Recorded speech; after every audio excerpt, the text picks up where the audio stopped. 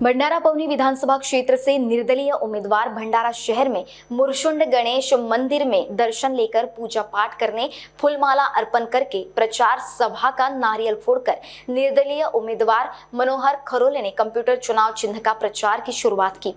भंडारा पवनी विधानसभा क्षेत्र का चुनाव आने वाले 20 नवंबर 2024 को भारी मतों से जिताने के लिए एक निश्चित रूप से जनता ही अहम भूमिका निभाने वाली है। इस समय उनका साथ देने के लिए नागरिकों की बड़ी संख्या में भीड़ मौजूद थी। जनता की भावनाओं को ठेस न पहुंचाते हुए जनता ने फैसला लेकर स्थानीय विधायक से सीधी टक्कर देने के लिए नागरिकों ने निर्दलीय उम्मीदवार मनोहर खरोले को मैदान में उतारा है। प्रत्याशी खरोले ने कहा कि आमतौर पर जनता का आत्मविश्वास का भरोसा करते हुए उनका भरोसा दिखाते हुए जनता ने मुझे इस लायक समझकर चुनने के लिए दिया।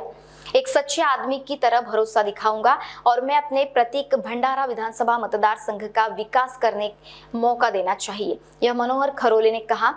निर्दलीय उम्मीदवार से सीधा निशाना साधते हुए अपनी प्रतिक्रिया में मन की शक्ति जागरूक करते हुए कहा कि जनता पर विश्वास कायम रखूंगा। सबसे पहले मैं तो आप इस श्री मुरशुंड गणेश मंदिर परिसर में जो आप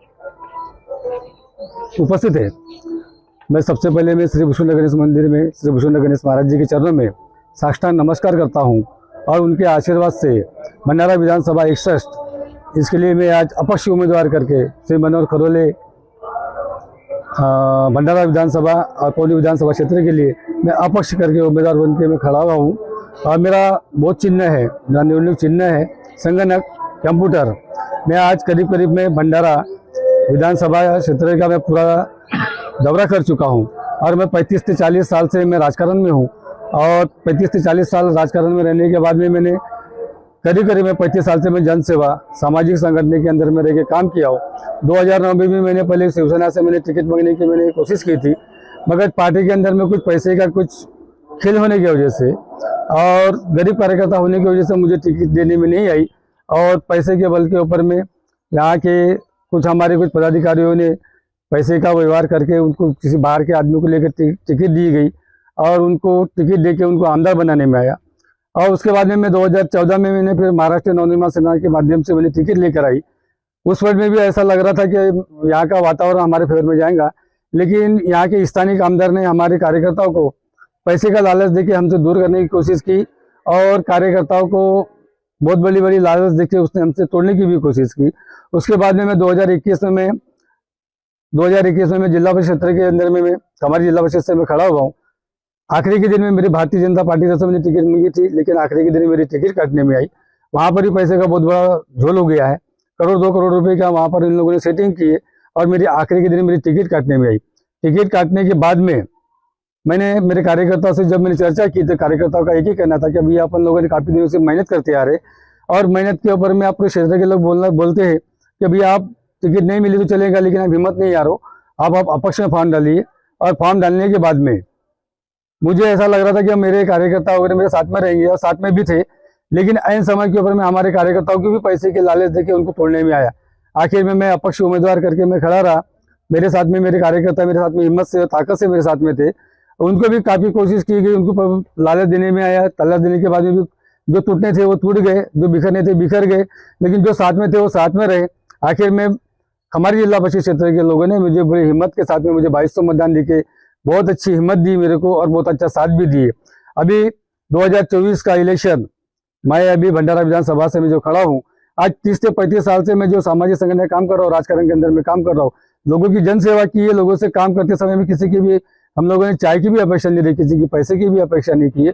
आज अपने खुद के बल के ऊपर में, खुद के दम के ऊपर में, हम अपने कार्य के ऊपर में, अपने काम के माध्यम से हम लोगों तक जाना चाहते हैं और लोगों से हाथ जोड़ के विनती करेंगे कि अभी हमने जो काम किए उस माध्यम से आप अपना आशीर्वाद दीजिए और वोट के रूप में आने वाली विधानसभा में हमको बहुत मतों से जितवाइए। और जितवाने की जो आज भंडारे शहर में, भंडारे जिले में और भंडारे तालुके के अंदर में जो बहुत ऐसी समस्या है, जो आने के बाद जो विधानसभा के जो भी आमदार है, इन लोगों ने जिस तरह से काम करना चाहिए वैसे काम किए नहीं है। यहाँ जाति पाति का ज़्यादा राजकारण हो रहा है। हमारे विधानसभा के अंदर में SC वर्सेस OBC वाला वर्ग चल रहा है। 2009 के पहले से जो खेरलान जी का मुद्दा हुआ है, उसमें खेरलान जी के मुद्दे के ऊपर में यहाँ पर जाति पाति का ज़्यादा राजकारण हो रहा है। उसी बेस के ऊपर में हमारे भंडारे के जो विधानसभा के जो अभी आमदार है वो चुन के जो आ रहे वो वही कारण से आ रहे। उनका स्थानिक काम कोई भी नहीं था, 0 में से थे। जब भी वो शिवसेना में जब पहली बार जब आए थे तो उनका कोई शिवसेना में कोई काम नहीं था पैसे के बल के ऊपर में टिकट लेकर आए और चुन कर आए। ऐसे ही इसमें आज भी उनका क्षेत्र के अंदर में ऐसा बहुत बड़ा कोई काम नहीं है। आज उन्होंने जो भी क्षेत्र के अंदर में निधि लेकर आए तो उन्होंने कोई जनता के ऊपर में या क्षेत्र के ऊपर में कोई एहसान नहीं किया, उन्हें अपना कर्तव्य का पालन किया है। उनके बदले में कोई भी यदि आमदार बनेगा तो वो भी अपने कर्तव्य का पालन करेगा, सरकार की तरफ से गवर्नमेंट की तरफ से निधि लेकर आएंगे और उनका साथ करने का काम करेगा। आज जिस तरह से वो प्रचार कर रहे हैं, जिस तरह से दिखावा कर रहे हैं वो वैसा एक्चुअली है नहीं। जनता के अंदर में आज भी रोष है। आज उन्होंने जिस तरह से समस्त जो विधानसभा के अंदर जो काम करने का जो बहाना बता रहे, जो काम किए बता रहे, आज उसके पीछे में देखिए कि आज उनके घर की प्रॉपर्टी देखिए, उनके पहले 2009 के पहले क्या थे और आज उनका क्या है। बड़े बड़े कॉलेज कॉलेज ला लिए, चमड़ा फैक्ट्री लेकर आ गए। इनके माध्यम से आज उन्होंने जो 20%, 25%, 30% का जो कारोबार चल रहा है ये दुनिया से छुपा हुआ नहीं है, सभी लोगों तक ये मैसेज चला चुका है।